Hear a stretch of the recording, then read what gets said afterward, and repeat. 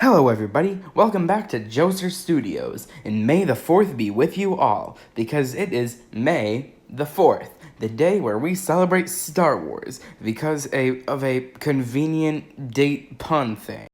Now, obviously, I wanted to make a video on May the 4th about Star Wars, but what would I make a video about? Well, I thought something fun for me to do would be to go back and look at old videos I made about Star Wars and react to them and see how badly they aged. The first video I'll be reacting to is this one, how Solo fits into the Machete Order. If you don't know what the Machete Order is, it was this proposed alternative viewing order for the Star Wars movies for someone who is about to see Star Wars for the first time. And so this would be like the most economical way of showing the movies to them. And I think that's not entirely true, because first off, this order drops the Phantom Menace entirely, which I mean, I think it's a bit extreme to drop an entire movie. And I know everyone doesn't like the Phantom Menace, and to an extent I do agree with that, but I actually prefer it over Attack of the Clones, which the Machete Order does keep, which yeah, the Phantom Menace does have whiny child Anakin and Jar Jar, but Attack of the Clones has whiny adult Anakin, which is arguably worse. And the rest of the Machete Order basically goes like, you watch 4 and 5 first, and then you skip to 2 and 3, and then you go back to Return of the Jedi.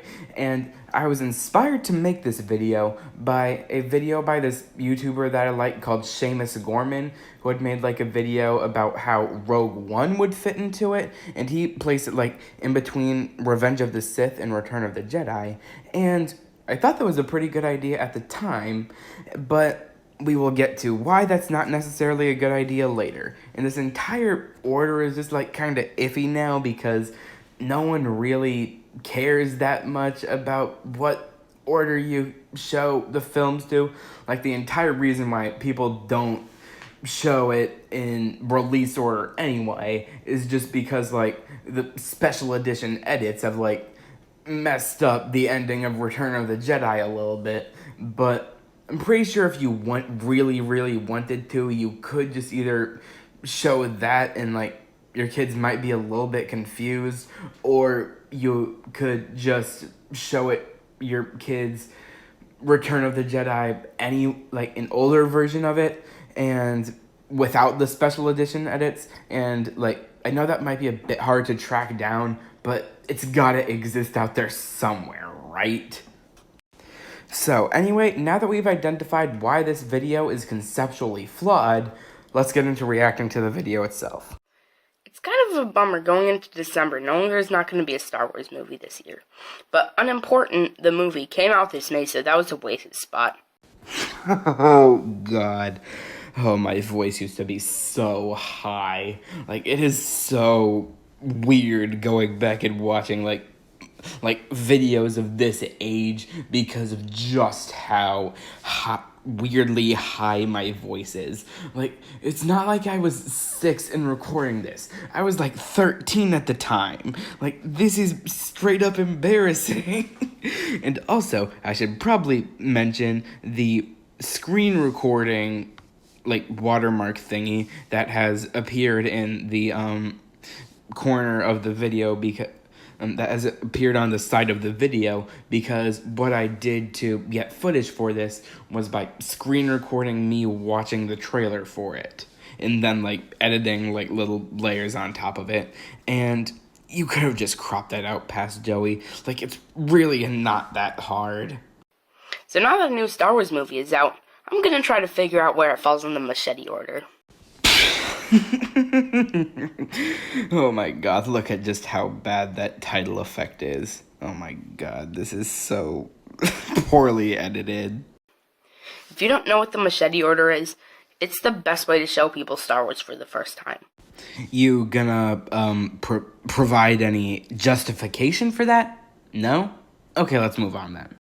was written in 2011, and it goes like this: A New Hope, The Empire Strikes Back, Attack of the Clones, Revenge of the Sith, Return of the Jedi, The Force Awakens, and then The Last Jedi, and then presumably Episode 9 after that. Okay, I can see what I was trying to do by, like, putting all of the posters of the movies up on the screen in order, like, layering them, like, in the order that they would have gone in the machete order, but it just doesn't look good at all. Like, why aren't the posters the same size? Why do they all disappear at different times? Just, God, I used to suck so bad at editing. Seamus Gorman made a video explaining that Rogue One should go between Revenge of the Sith and Return of the Jedi. I'll put a link to both of those in the description. Alright, I took a screenshot of the description, and good job, I guess, Joey. You did what you said you were going to do. So where does Solo fit in? Well, considering it leads into A New Hope, the obvious solution is to put it before A New Hope, but it's all just backstory and inside jokes about Han. So it's all meaningless if you don't know much about him. Also, if you start with Solo, it means that your first exposure to Star Wars is Solo. It doesn't exactly represent the quality of the original movies. Also, if you start with Solo, the twist at the end about Darth Maul will be pretty meaningless if you don't know who he is. I'm not gonna lie, I actually kind of like the justification I used here for why Solo should not go before A New Hope, even though no one had thought about that and no one cares about that. But like, I do think that like that part was like well written and like I had some good ideas in there, even if the lines and how I said them were delivered in about like the worst way possible. So the only place we can put it without breaking the narrative flow of the episodes is in between Revenge of the Sith and Rogue One. I like this way best because we see the Empire built up in Revenge of the Sith, so it makes sense to cut right to a movie with the Empire as an omnipotent presence. And having a movie about the Star Wars underworld is a nice break from the high-stakes events of Revenge of the Sith. And Solo leads pretty well into Rogue One as well. Okay, are you going to explain why this leads well into a Rogue One? No? Okay, carry on then. So I have answered the question that no one has ever asked. This is probably the hardest video for me to make, so I hope the end result is good. Yeah, of course this video was the hardest for you to make, you damn strudel. This is the only video you made that wasn't like a poorly animated stop motion about Harry Potter or car crashes. What do you think? Leave your thoughts in the I watched too much Super Carlin Brothers. Okay, for those of you who did not get that reference, during the time that this video was released, I used to watch a lot of this channel called the Super Carlin Brothers, where they like made theory videos about like Star Wars and Pixar and Marvel, and they had this running joke where they referred to like the comment section as the towel section for a reason that I forgot. And so, for any of you who did not get that reference, now you do. Leave your thoughts down below.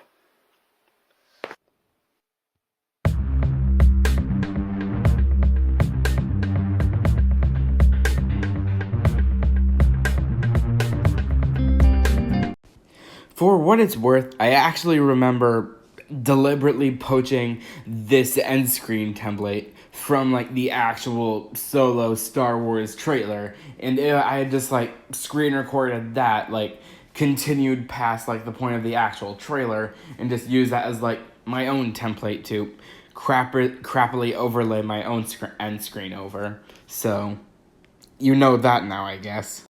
Okay, now we are done with video number 1. For anyone who is still watching for whatever god-awful reason, we will start the next video I have planned to react to. And this one is a Joester review that I did of Rise of Skywalker.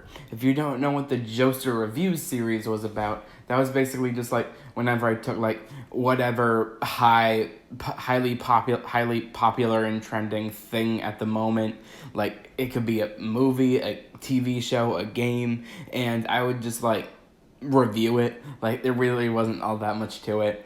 Hey, that kind of rhymes. But I did this one about the rise of Skywalker, and it is funny because I've watched this video back multiple times now, and I had written this review right after having seen the movie, which I can tell you is not a good idea because there's always the new movie bias whenever you watch a movie like that, and it's always going to rub off on your reviews, especially mine. Like, the exact same thing happened with Wonder Woman 1984 about a year later, and this video, there's just so much about it that I disagree with now. Like, especially about the overall tone that I have on the movie as a whole. Like, I liked the movie when I first saw it, partially because of recency bias, and there's still things that I kind of like about it, but overall, I feel like it might be one of my least favorite Star Wars movies nowadays, like, currently, just because of how poorly it wraps everything up. Like, it's supposed to be the end game of the Star Wars series. Why is this movie so anticlimactic? Anyway, let's get into reacting to my review of it, I guess.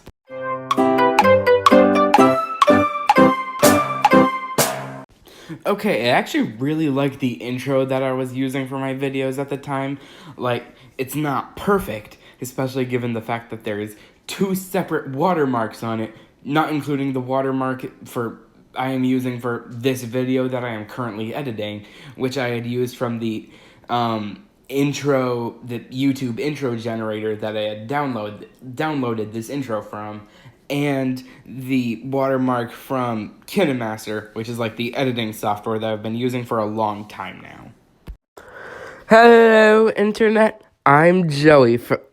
Frick, I got something stuck in my braces. No, get out. I'm re-recording this take.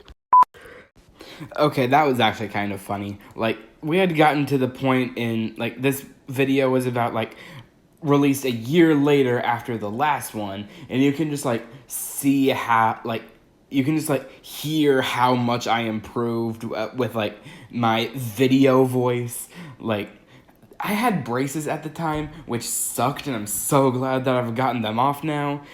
But it is very apparent, like, just how much I improved with video production in between the year-long span between these 2 videos. Like, it is just, like, insane.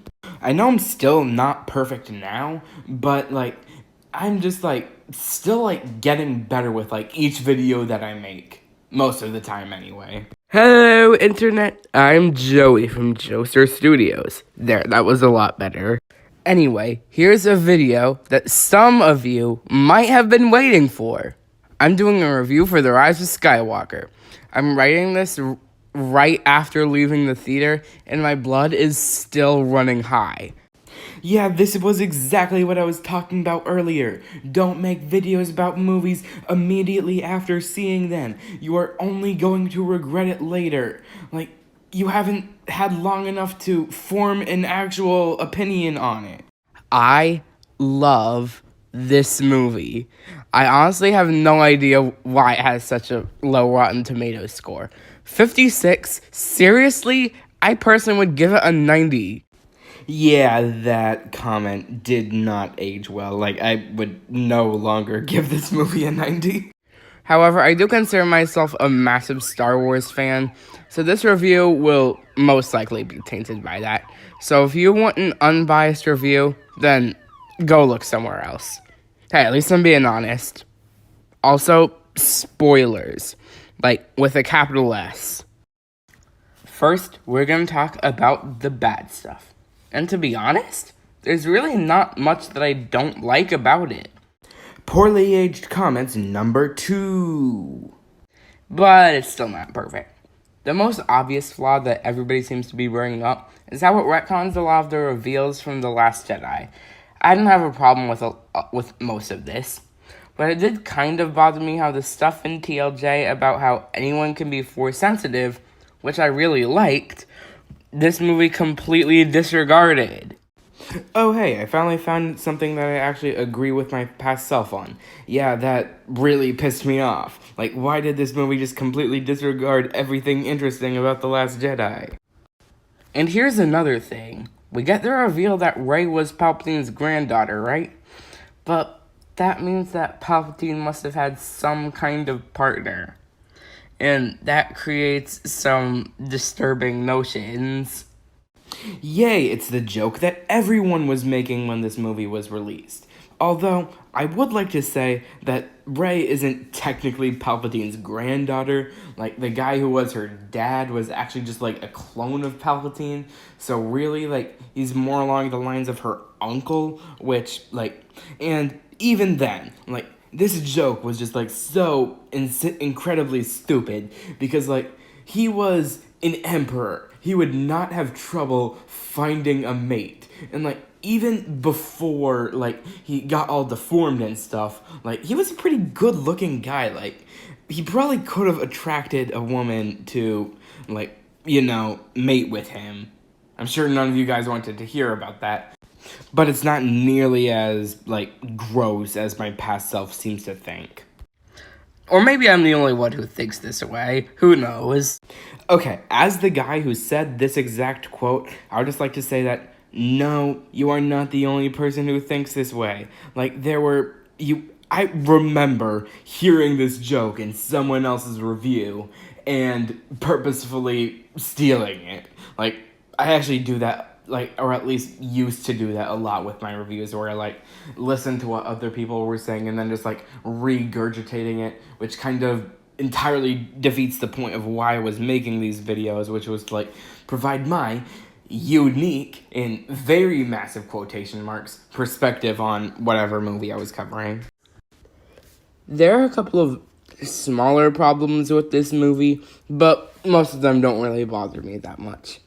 However, by far my biggest problem with this film is the amount of fake-out deaths.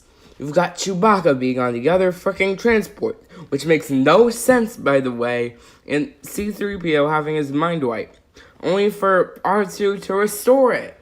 Like, it just kind of kills the suspense when you have characters who should die from stuff, and, like, it's pretty much told that they're gonna die from this, or at least the version that we know is going to not be there anymore. And then all of a sudden, oh, they're okay. They're completely fine. And, like, there are a lot of scenes in this movie where it seems like Kylo is about to die, but he just ends up surviving these ridiculous things. Oh, hey, another quote that I, like, pretty much agree 100% on with my past self. Yeah, I did not like the amount of fake-out deaths in this movie. Like, I still think that's, like, a pretty major problem with the movie, because, like, it just, like, entirely kills the suspense. But, like, again, there are much bigger problems with it. Just, like, mostly because of how poorly it wraps up this franchise. Now for the good stuff. One complaint that I hear about this movie all the time is the amount of fan service in it. But, like, as I've said multiple times on this channel before, I'm a fan of this service, so it's all good. Okay, this is the exact same defense that I used for Endgame, which, like, come on, dude, think up original jokes. It's not that hard. But at the same time, the reason that people had a problem with the fan service in this movie as opposed to the fan service in Endgame was that in this movie, it was forced, which, like, I realize now, after having, like, spent more time thinking about the movie and like, forming an opinion on it. The problem people had with the fan service in this movie wasn't that it was fan service, is that the fan service was forced and detracted from the rest of the story, which you make no attempt to rebut, by the way.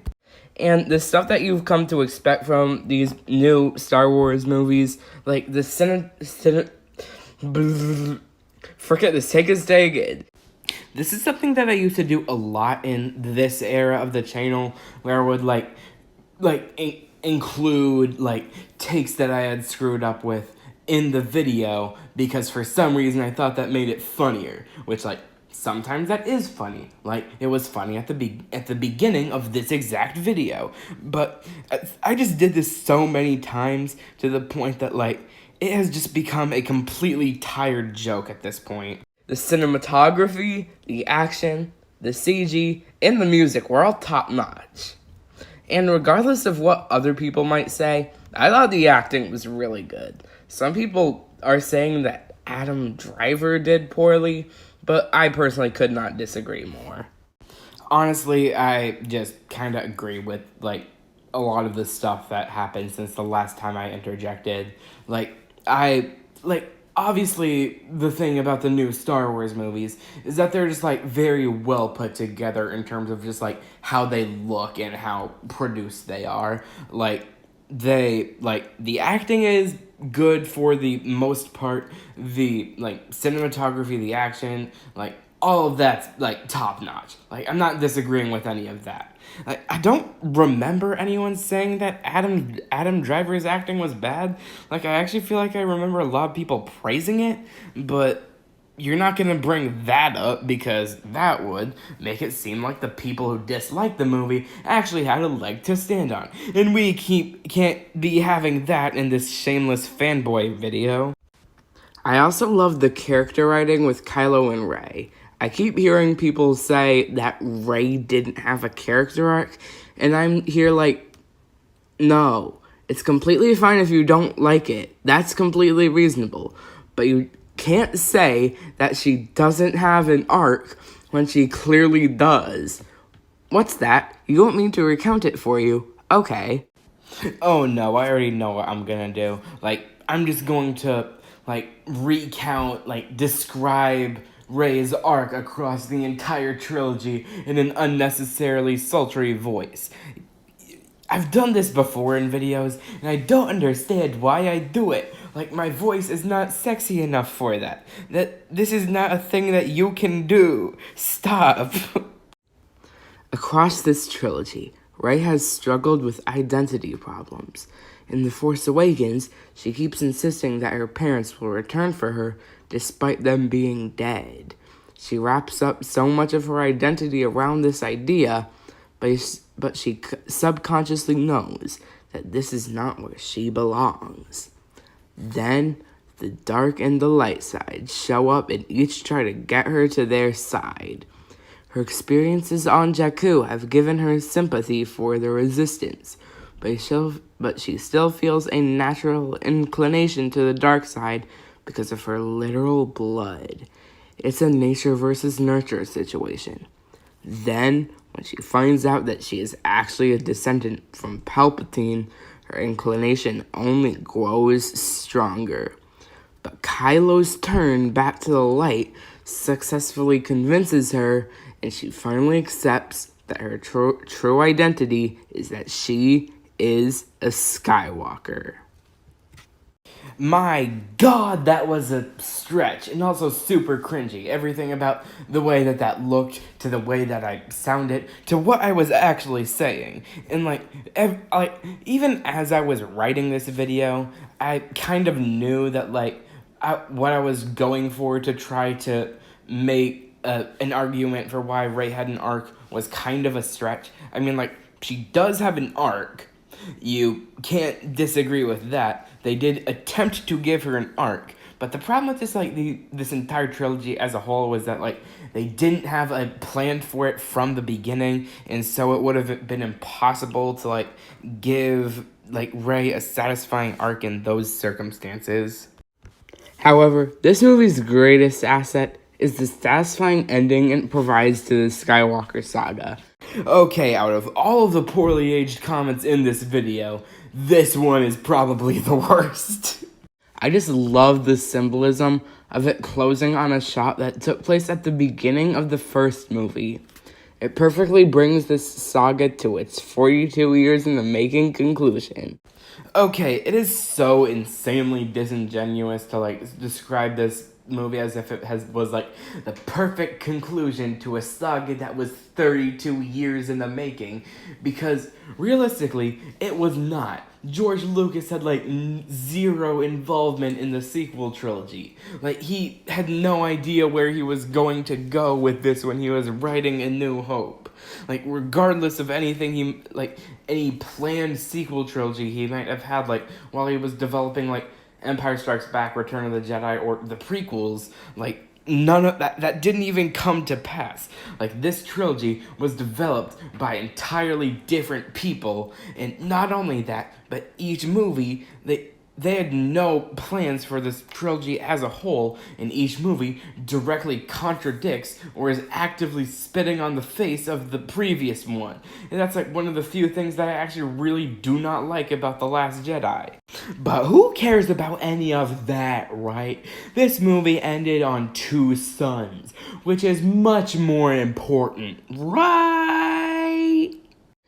To the people who say that this movie had a bad ending, you're allowed to not understand themes, but I personally could not disagree more.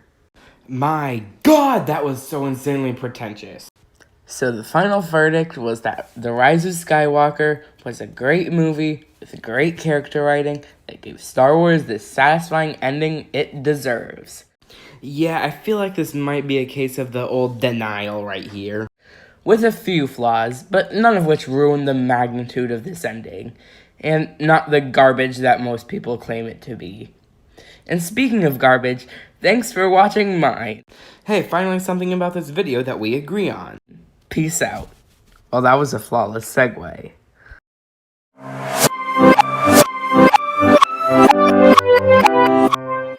Although, can I just take a second to appreciate this outro? Like, it's the reverse of, like, the intro that I was using at the time. And I actually think it looks pretty cool. But anyway, thank you for watching this garbage. I'll come back to react to this video in 2 years and see how poorly it aged. Anyway, peace out, everybody.